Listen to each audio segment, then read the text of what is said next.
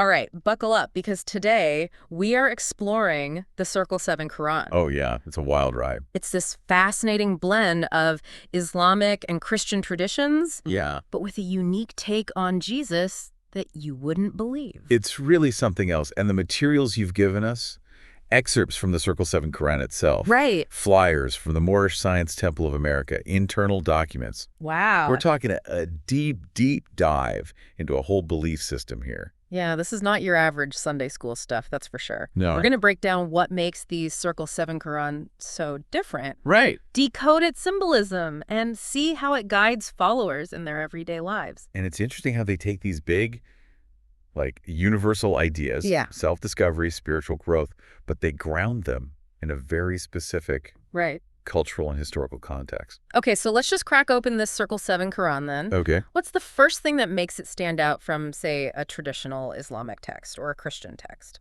Well, unlike those traditional texts, the Circle 7 Quran dives into parts of Jesus' life they just kind of gloss over. Yeah. I mean, have you ever wondered what Jesus was doing before he hit 30? That's a good point. The Gospels don't really cover that. Exactly.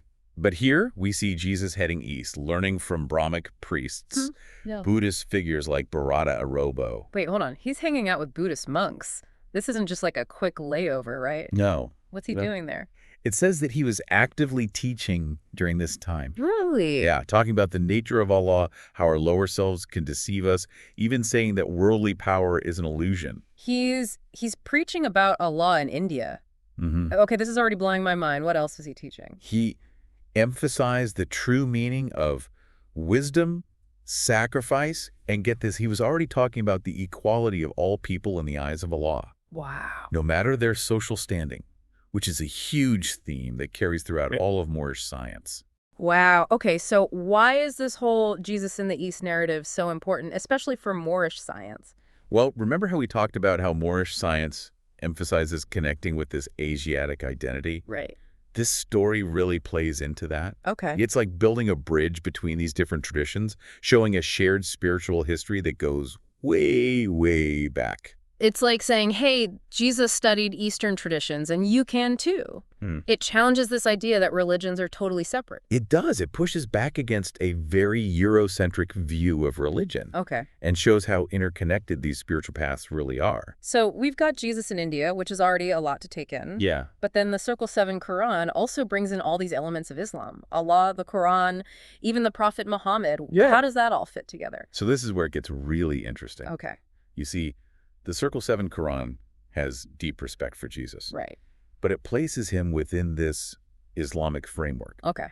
Allah is the one God, just like in traditional Islam. And it's not just saying that, right? We see specific verses from the Quran Yes. quoted in the source material, like in Ah. that George Sale Quran 1734 document. Exactly. And those verses often match up with what's in the Circle 7 Quran, Yes. especially about Jesus being a prophet, not divine. You get it. It's very selective, highlighting the parts of Islam that fit with this overall message. Okay. So it focuses on passages about Jesus' humanity, his role as a messenger, things like that. So it's like creating its own version of Islam, one that supports this narrative.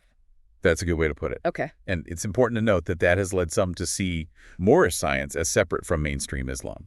Interesting. Yeah. So we've got this fascinating blend of Islamic and Christian elements. Right. But then the Circle 7 Quran goes a step further with this whole two selves concept. Yeah. What is that all about? So this is where the text gets really philosophical. Okay. Remember when we talked about Jesus' teachings in India, how he spoke about man being this mix of truth and falsehood? Yeah, that really stuck with me.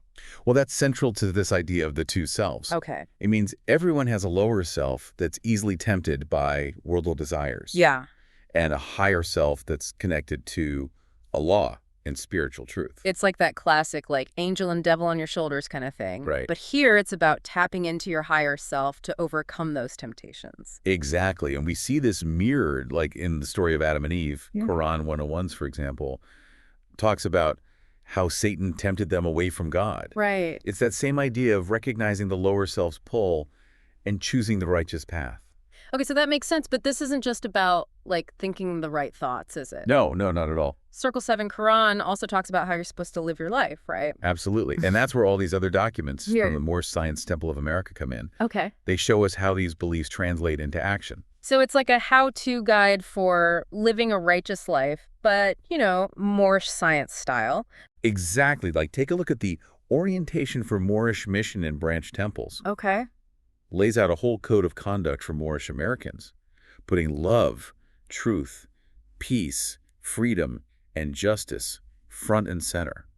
And those aren't just like empty words. It's very clear. No. These are principles you need to embody every single day. Every day. It gets into specifics. Wow. The literature you're supposed to read, Yeah. the rituals you participate in, Right. even your financial obligations to the community. It paints a picture of a very structured, disciplined way of life. Yeah, it's not enough to just say you believe in these things. You have Right. to actively live them out. And that active part seems so important from all this. Right. Like that flyer from I Am Ascension Temple, come learn about your nationality and divine creed. Right. Or those registration forms where you have to list skills that can benefit humanity. Yeah, it's about walking the walk. Exactly. Absolutely. Yeah. And all of that ties back to this two selves concept. Okay. Knowing about your higher self isn't enough. Yeah. You have to actively choose it, cultivate it, let it guide you. It's like you're putting theory into practice, turning belief into action. Right. Moorish science doesn't just want to change your mind, it wants to change your whole life. Exactly. It takes those core beliefs about Allah, about Jesus's message, Yeah. and makes them practical. Right. It's about how you treat others, how you contribute to your community, how you move through the world. Okay, but hold on a second. Yeah. We can't forget about all the symbolism that we see with all of this. Oh, yeah. One thing that really stands out is that red flag with the 5-pointed green star. Right. I mean, it's everywhere in Moorish science. What's the deal with that? That's a great question. And that's where a source like the distinction between the two flags comes in handy. Okay. You know how the Moorish flag and the Moroccan flag, they kind of look similar. Yeah, I'll be honest. I thought they were the same thing for a while. A lot of people do.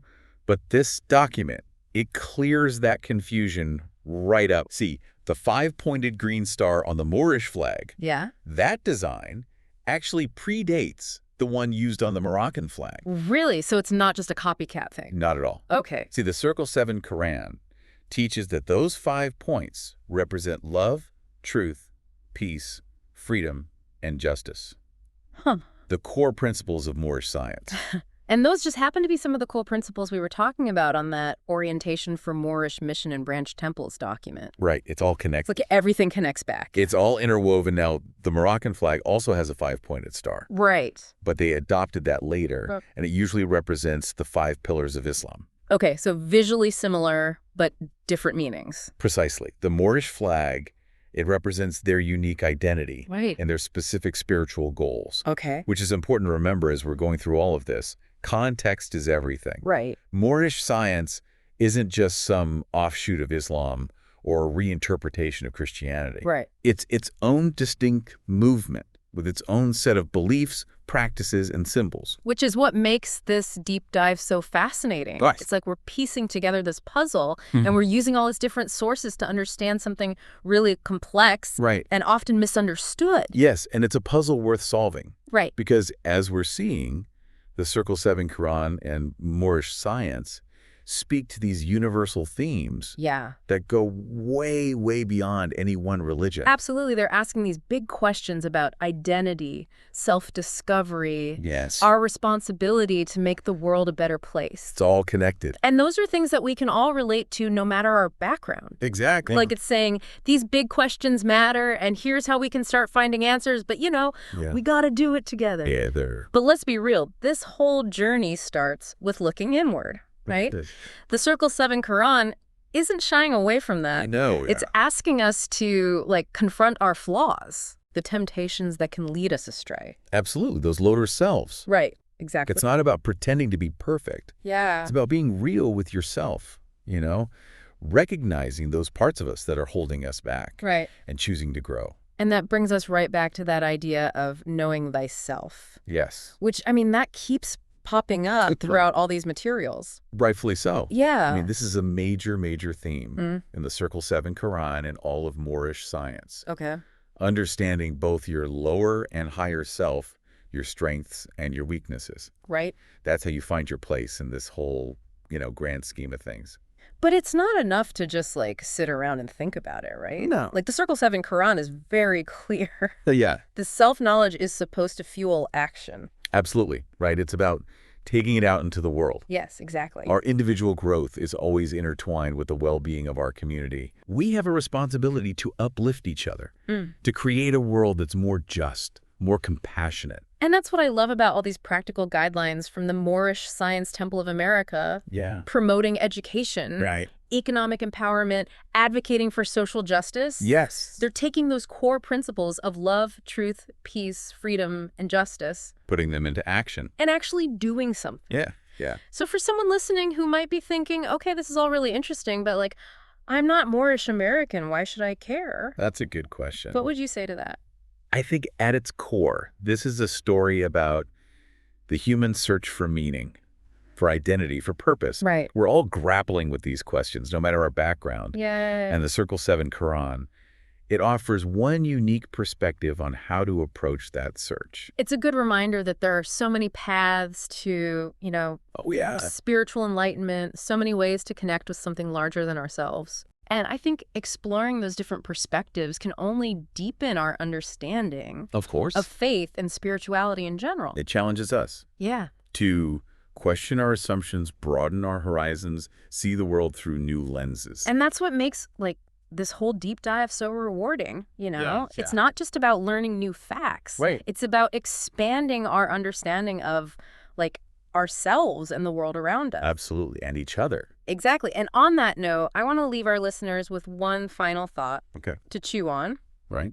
The Circle 7 Quran presents this really unique interpretation of Jesus, one that kind of like veers away from traditional Christianity and Islam. It does. And it makes you wonder, can we actually deepen our understanding of these bigger religions Yeah. by exploring these alternative narratives? Right. Or are they just too fundamentally different? It's a question worth asking. Yeah, it really is. It might even change how you approach your own spiritual journey. Who knows? That's something to think about.